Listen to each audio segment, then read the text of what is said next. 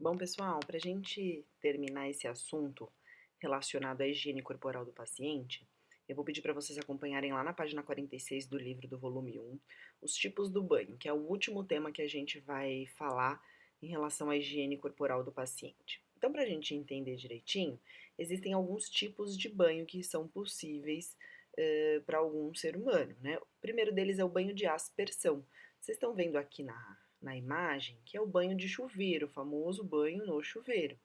É possível realizar esse tipo de banho dentro de uma instituição hospitalar com um paciente, e é comum também que a gente faça isso na nossa própria casa ou mesmo em casas de repouso, né, em atendimento a idoso, que a gente consegue também levar o paciente para o banheiro. Então, no final das contas, o banho de aspersão é todo banho que o paciente consegue tomar banho no chuveiro. Nessa condição que vocês estão vendo aqui, o paciente está andando, né? O paciente está em pé, tomando um banho, aí a gente já vai entender melhor isso. Mas existem outras possibilidades também do paciente tomar banho de aspersão, ou seja, banho de chuveiro, mesmo não deambulando. Nós vamos falar sobre esse termo já já. Um outro tipo de banho é esse aqui, ó, o banho de imersão. O banho de imersão, ele é mais comum, mesmo simplesmente pela facilidade, né, em crianças, porque é o banho de banheira.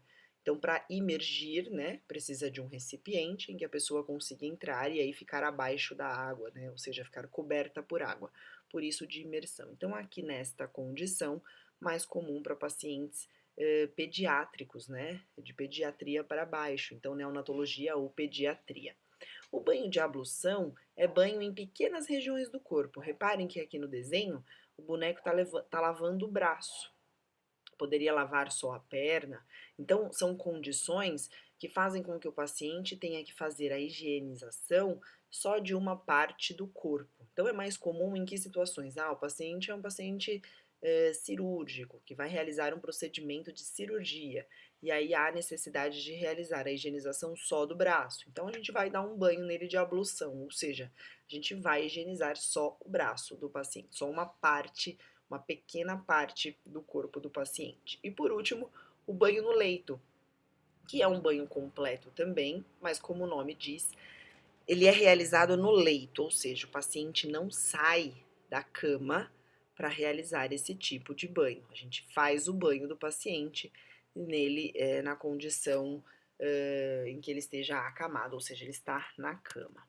E aí, para a gente entender quais os tipos de paciente, então, que eu tenho, que é necessário realizar cada um desses tipos de banho que nós vimos aí. Então, aqui eu tenho a primeira imagem, um paciente que está acamado. O paciente que está acamado, ele não tem condições de sair do leito, por isso é necessário que a gente realize o banho no leito. Já esses outros pacientes aqui são todos pacientes que, embora estejam parte do seu tempo acamados, ou seja, eles ficam deitados no quarto, eles ainda têm condições de sair para fazer algumas atividades. Então, essa pessoa, ela consegue sair com o auxílio do andador e com o auxílio do profissional. Já esse precisou do auxílio do profissional somente para sentar, né, na cadeira, mas ele consegue se deslocar através de uma cadeira de rodas, né? Nesse caso é uma cadeira higiênica. E nessa última condição aqui é uma paciente que ela consegue se levantar da cama e deambular com o auxílio de um profissional. Por que eu estou usando esses termos? Porque nós vamos entender melhor quais são os tipos de pacientes que a gente tem. Então, um paciente acamado, deixa eu voltar a tela aqui. Um paciente que esteja acamado, não obrigatoriamente ele precisa de um banho no leito. Se ele estiver acamado por uma condição em que é necessário que ele fique deitado, ok.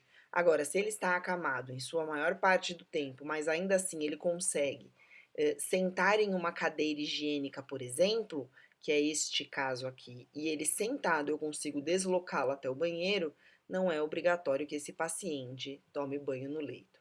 Então, qual é a condição ou qual é a situação em que o paciente precisa receber banho no leito? Esses pacientes aqui, ó, pacientes com complicações de saúde que limitam o paciente ao confinamento no leito. Então, qualquer condição que o paciente tenha em que não possa sair do leito por uma instabilidade de seus sinais vitais, por um agravamento de sua saúde, ele tem que tomar banho no leito. Então, por exemplo, pacientes inconscientes, eu não consigo sentar um paciente inconsciente numa cadeira para levá-lo até o banho. Ou pacientes com fortes dores. Eu não vou submeter o paciente a uma piora de sua dor, porque a dor pode alterar os sinais vitais dele, como nós vimos lá atrás, e aí piorar a sua condição. Um paciente idoso com limitação de movimento. Tem muito idoso que não consegue mais ficar na posição sentado. Então, para ele, não é seguro colocá-lo em uma cadeira e levá-lo até o banheiro. Paciente submetido a cirurgias de coração, por exemplo.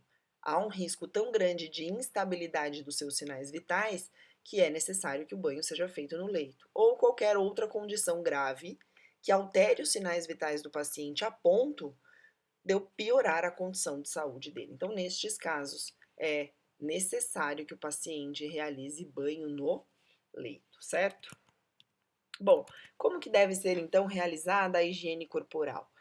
Sempre vai ser realizada a higiene através de panos, se for no leito, né? Através de panos assim, ó. Então, nós pegamos compressas, vamos umedecer a compressa em água e sabão, passar no paciente, depois passar uma outra compressa com água para retirar o excesso de sabão, e aí, por último, passar uma outra compressa seca para retirar a umidade do corpo do paciente. Então, normalmente, um banho no leito, por exemplo, ele vai ter 3 etapas de passagem de pano. Eu passo uma compressa com sabão, uma compressa com água para enxaguar o sabão e uma compressa seca para secar a pele do paciente. Não se preocupem que a técnica eu vou deixar aqui num vídeo para vocês assistirem exatamente a técnica. Vocês vão responder também um questionário que, na verdade, vocês vão fazer um trabalhinho a partir de um texto. Então, relacionado à técnica, não se preocupem, vocês vão pegar aí. O que é importante lembrar? Que a higiene é a utilização de água e sabão para limpar alguma superfície, aí no caso a superfície corporal do paciente. Bom, o que a gente tem então que ter em mente quando vai realizar um banho no leito? A primeira coisa é a técnica, que foi o que eu passei para vocês, ó. Deve obedecer. Então, um sentido cefalopodálico. Vocês vão ouvir bastante essa palavra aqui. O que é isso?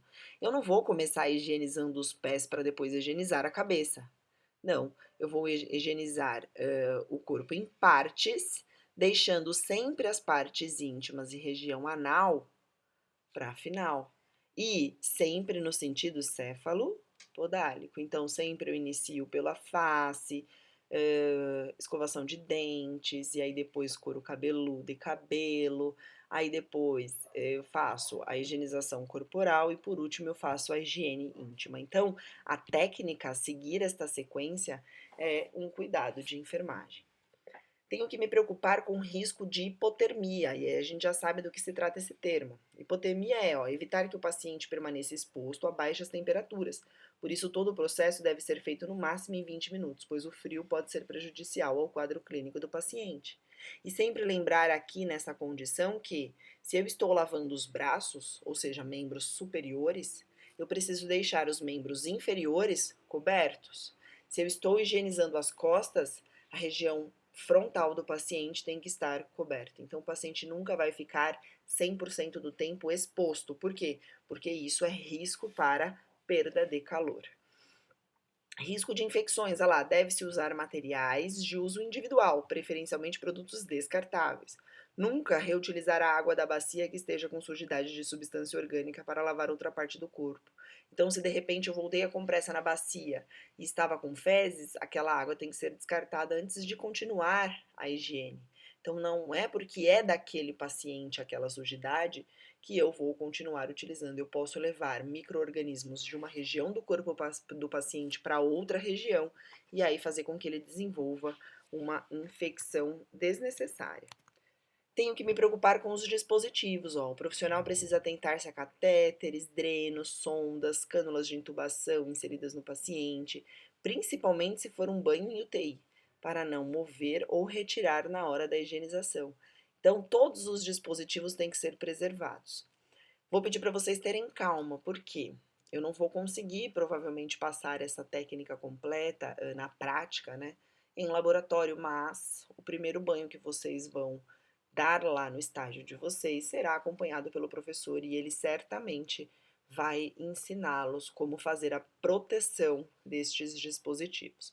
Eu vou mostrar aqui também em forma de foto mais para frente, mas de qualquer forma, a prática vocês terão direto lá no estágio. Instabilidade da respiração, ó. O pessoal da enfermagem deve avaliar as condições respiratórias do paciente associados a exame de raio-x para saber se ele possui algum problema no pulmão. Essa atelectasia ou infiltrado pulmonar são problemas pulmonares, por isso que está dizendo que é o enfermeiro. E os que tiverem condições alteradas devem ser mobilizados durante o banho, sempre do lado contrário do pulmão comprometido. Por que isso? Vamos supor que o paciente esteja com broncopneumonia. Vocês vão aprender que doença é essa, mas é uma doença que impede que o paciente respire adequadamente. E o pulmão dele, o lado do pulmão que está ruim é o lado direito. Se eu deixar este paciente por muito tempo do lado direito, isso vai prejudicar ainda mais a condição respiratória dele. Então, por isso que na hora do banho é importante que o enfermeiro atue junto com vocês para fazer a avaliação diagnóstica desse paciente e entender se esse paciente pode ser mobilizado de todos os lados. E por último, o cuidado que eu tenho que ter em relação ao risco de queda lá. É importante realizar a avaliação das condições psicomotoras do paciente, como agitação, confusão mental, nível de sedação e superfície corpórea. Por quê? Tentar dar banho em um paciente muito agitado é expor tanto o profissional quanto o paciente a risco. Ele pode agredir o profissional e, pior, ele pode cair.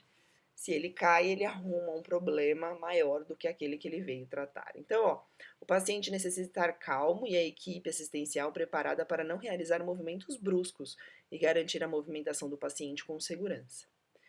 Atenção aos pacientes obesos, porque a mobilidade, né, a movimentação de pacientes obesos fica um pouco mais prejudicada para nós. E as camas devem ser travadas nas rodas e as grades e grades para diminuir o risco de queda. Então, eu vou fazer a lateralização desse paciente para poder dar o banho, vocês vão ver no vídeo, é necessário que tenha assim a grade ali para me auxiliar. Então eu vou deixar o vídeo aqui para vocês assistirem o passo a passo do banho. Vocês vão fazer um trabalho relacionado a isso também. Na verdade, vocês vão fazer a leitura de um texto e aí a partir do texto eu quero saber o que vocês entenderam sobre banho no leito. E a próxima aula a gente vai ver direitinho sobre o posicionamento do paciente, posicionamento de conforto e lesão de pele, que é a continuidade do nosso tema. Bons estudos, pessoal!